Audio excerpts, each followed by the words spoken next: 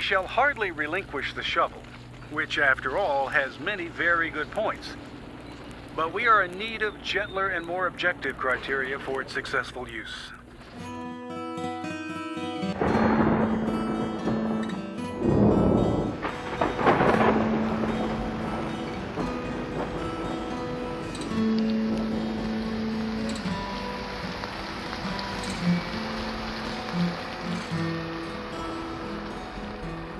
The main cause of damage to streams nationwide is stormwater runoff.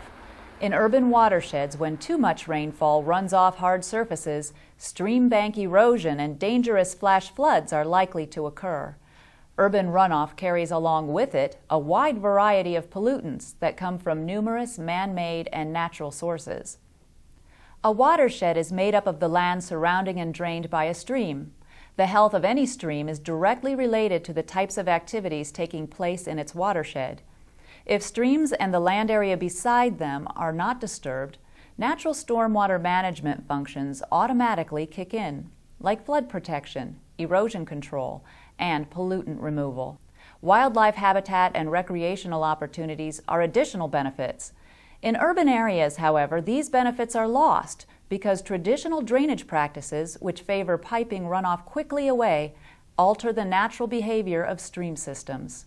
Today, many streams in Ohio are at risk from fast-paced development within their watersheds.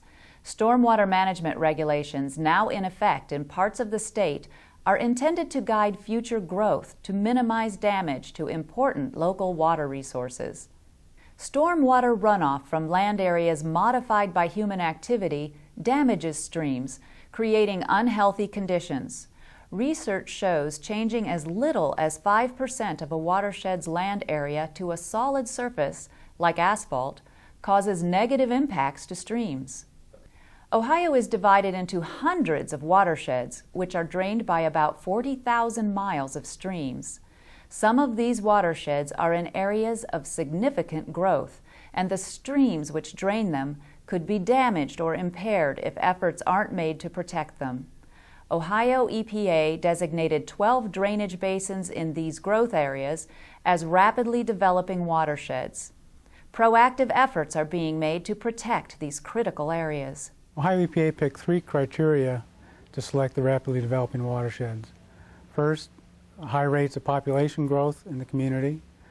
Second, land use planning and zoning that would indicate that the land would continue to be developed. And finally, our own water quality data, which indicated the streams are still in relatively good health in the watershed. Ohio EPA identified rapidly developing watersheds in the state because we feel it's important to be proactive in protecting our streams and lakes. Proactive in the sense that it's less expensive in the long run to install the proper mix of best management practices as new homes and businesses are being built. That's going to be cheaper than trying to restore a degraded watershed after it's been polluted. Historically, industrial waste and poorly treated sewage caused the most damage to natural waterways. Since the 1970s, significant progress has been made to clean up these problems. Today, citizens are responsible for much of the pollution in urban watersheds. Most are completely unaware of their impacts. Cars and trucks, for example, leak motor oil, gasoline, and other fluids that are washed off pavement and into nearby streams every time it rains. This adds up to large quantities of chemicals in our waterways. Vehicle exhaust and dust from tire and brake wear also contaminates stormwater runoff. Lawn care chemicals are a major source of water pollution. Roughly 1 million tons of fertilizer and 70 million pounds of pesticides are used for residential landscaping in the U.S. each year. Overuse and poorly timed applications mean large quantities of chemicals are washed into waterways. Disposing unwanted materials in storm sewers also pollutes urban streams. Dumpers confuse sanitary sewers that lead to treatment plants with storm sewers that usually lead directly to natural waterways. Some storm sewer inlets are now labeled to help identify them. Stormwater runoff also carries bacteria and other disease-bearing organisms. They come from failing home septic systems and pet and livestock waste. High bacteria levels lead to beach closings and other water use restrictions. This is a serious problem in areas where recreation is an important part of the local economy. The biggest problem facing streams in urbanized watersheds concerns where the extra water goes when land is developed. Land development results in more stormwater runoff because we take the old land use of agriculture or open space and we convert it to a more hardened land use. So we take something that's permeable and we make it less permeable, so more water runs off and less soaks in the ground. 1 acre of hard, impervious surfaces, like rooftops or blacktop, produces 15 to 20 times more runoff than an acre of meadow or woodland. Streams in heavily urbanized watersheds are often damaged by unnaturally large, fast flows that follow rainstorms. Because urban watersheds produce more runoff, those streams tend to downcut. The process of a stream resizing itself for more water is a natural process. The problem is that it tends to erode downward. And as it erodes downward, we lose a lot of extra services that these streams provide, like pollution control and things like that. During heavy rains, unaltered stream channels normally allow water to spill over into nearby lands or floodplains, where it is temporarily stored. Natural treatment occurs as sediments settle and as floodwaters filter into the ground. But the powerful flows produced by large amounts of runoff disrupt these natural functions, which must be replaced with costly man-made structures like detention basins. Most people are surprised to learn that eroded soil, known as sediment, can be a pollutant. And it's the #1 pollutant affecting Ohio's waterways. The majority of sediments erode from agricultural lands. Construction sites, however, lose sediment at a rate of 10 times more per acre when erosion controls are not properly installed and maintained. Several problems can result. First off, that muddy water blocks the light that plants need to generate their food. Then, what that muddy water does is it acts like asphalt and it absorbs heat. This raises the water temperature, and raising the water temperature then results in lowering oxygen in the water column. So now you have aquatic life that either due to the water temperature or because of the lack of oxygen no longer wants to live in that stream. The last impact that sediment can have is it will cover or fill in the habitat where the fish live, and it smothers their spawning areas. Developers which disturb more than 1 acre of land must now minimize sediment loss from their construction projects. Clearing only what's necessary is a good first step toward effective and less expensive erosion control. Minimizing site clearing benefits both developers and our local waterways by limiting the amount of soil exposed to runoff. What this does is lessens the amount of sediment that can leave the site because it's not exposed to runoff. It will lessen costs for excavation for the developers. It also lessens the cost of sediment erosion controls that you would need to have in place to address your open and exposed areas of soil. Maintenance is a very key component in implementing your sediment and erosion control plan. Once you install a control, it's a misconception to think that you can, it's in place and you can walk away from it. These are actively functioning things. They need to be monitored to make sure that they keep their function. You want to make sure that in the case of sediment controls that they are ponding water and you have sediment building up behind it. If you're not seeing these kinds of things, then your control is misplaced and you need to rethink your plan. Erosion and sediment control ordinances must be in place by March 2006 in 69 municipalities located within Ohio's 12 rapidly developing watersheds. Local ordinances will be most effective if they're on the books before intensive land development begins. We have learned neither how to grow nor at what pace, and that is our failing and our future trouble.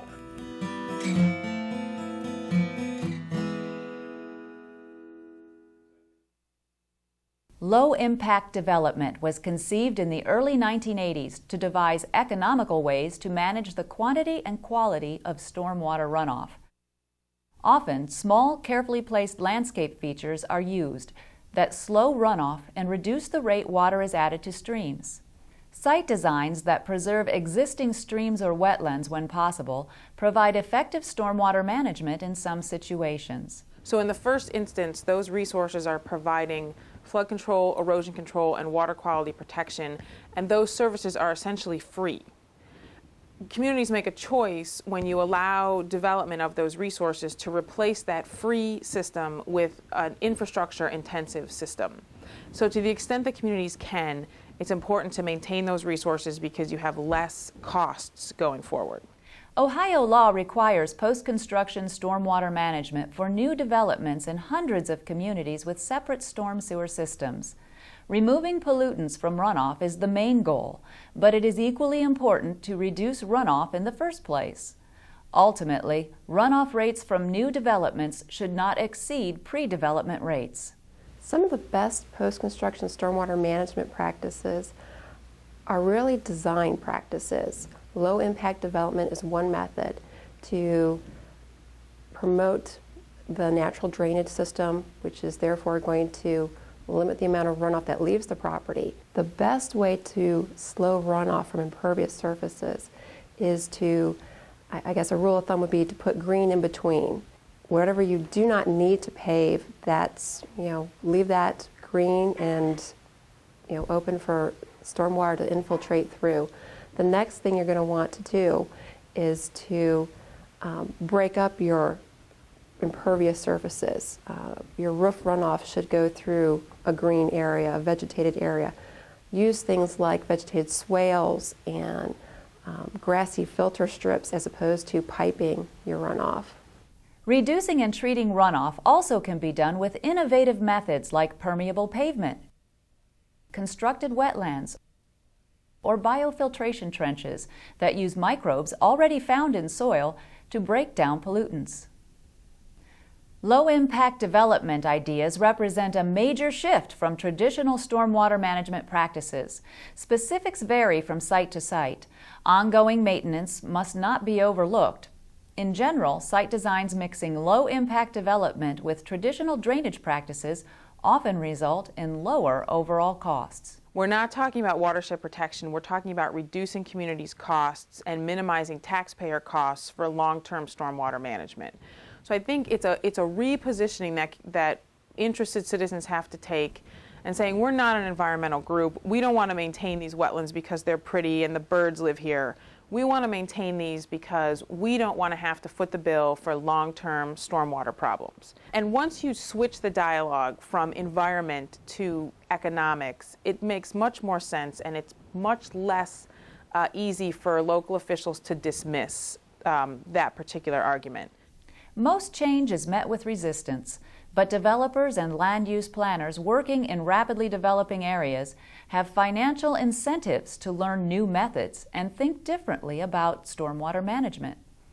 Local zoning and building codes need to change to allow the use of low-impact development strategies.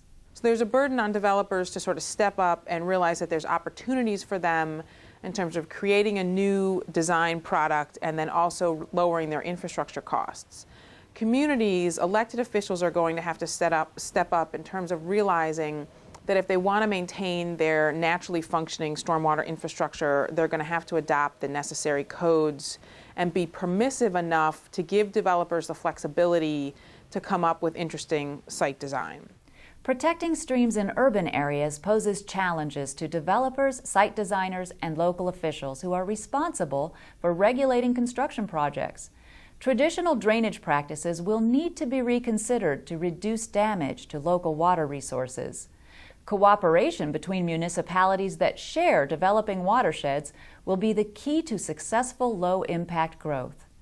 Residents must become involved with local land use planning so that problems related to development can be prevented before there's a crisis. For additional information about current stormwater management requirements and how they apply in your area, contact the Ohio EPA at 614-644-2001.